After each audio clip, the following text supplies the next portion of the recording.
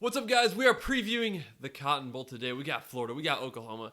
That's a ton of offense. I smell a lot of fun. But first, welcome to my channel. My name is Colin Brandon. If you haven't been here before, well, welcome. Please subscribe and please like. But I understand if you want to see the body of work first. I completely get that. I'm a big body of work guy. If the body of work's not there, I don't deserve the subscribe. I don't deserve the thumbs up. But if at the end you do that, I'll be really appreciative. So let's get into it, okay? Florida, Oklahoma, Cotton Bowl. This is one of the bowl games that I am most looking forward to. It's going to be a ton of fun. Got a lot of key opt-outs, or a couple key opt-outs, should I say. You're going to want to stick around to figure it out, but let's break this down, okay? Their offenses are very similar, okay? These are very similar teams. We know that Florida's got firepower. Oklahoma has a lot of firepower of their own. But defensive-wise, these teams are kind of different. Over the course of the last 6 games, Oklahoma has held teams to 16.5 points per game. Their defense is pretty solid. They're underrated. I think that Oklahoma has been playing some of the best football. They're playing like a top 4 team. If you get rid of their first, if they started when Ohio State started, I would say that Oklahoma would have a playoff spot, and I'd be pretty comfortable saying that just because of how well they've been doing, how well their defense has been playing. Their offense has been their offense. This team is nasty. I think that they could probably beat 2 teams that are in the playoff right now. That's how good I think Oklahoma is. And Florida, you know what? They had a tougher schedule. They had a strength of schedule of 7. And so that might inflate their numbers a little bit, make their defense look a little poor. But Oklahoma played good defense against some good teams. They held Oklahoma State to 13, and they held Iowa State to 21. Now, Florida's probably going to score a little bit more than that. But regardless, there's not a better time to have Oklahoma playing their best defense than right now. Oklahoma has a better strength of record than Florida does. Oklahoma's strength of record is 9. So that means that when Florida got in the big games, we saw them not necessarily lay an egg, but they lost to Texas A&M and they lost to Alabama, and then that loss to LSU. We won't really talk about that one too much. When Florida gets in the big games, they don't necessarily lay an egg, but they don't look as good as they should. They looked really good against Georgia, I'll give them that.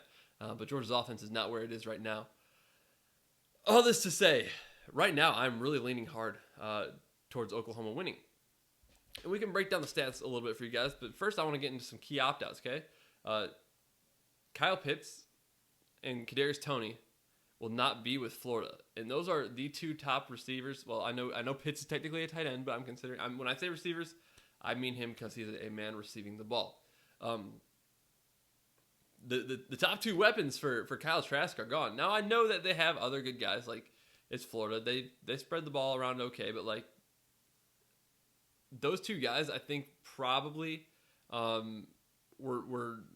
that's probably more than half of the rest of the team's receptions.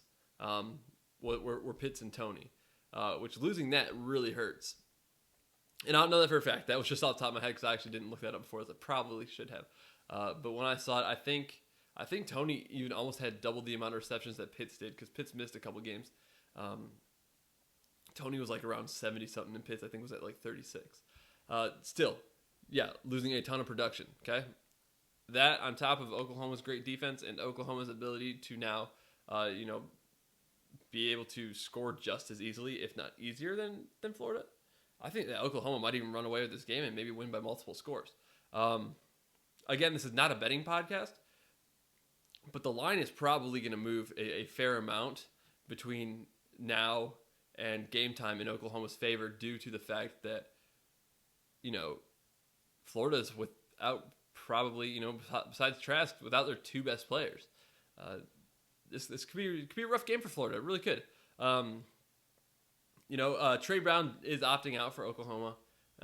He's a cornerback. That could hurt a little bit, but I would trade a good cornerback for the other team losing their 2 best receivers any day of the week. OU does a great job of spreading the ball around on the field. They don't Mims is their leading receiver, but he's not that much higher than the next guy, who I think is it Weiss. They got a lot of weapons. Spencer Rattler is not afraid to spread the ball around, to wherever he wants to on the field. Like he doesn't just have one go-to guy. The bottom line of this is that we know both teams can score with the best of them.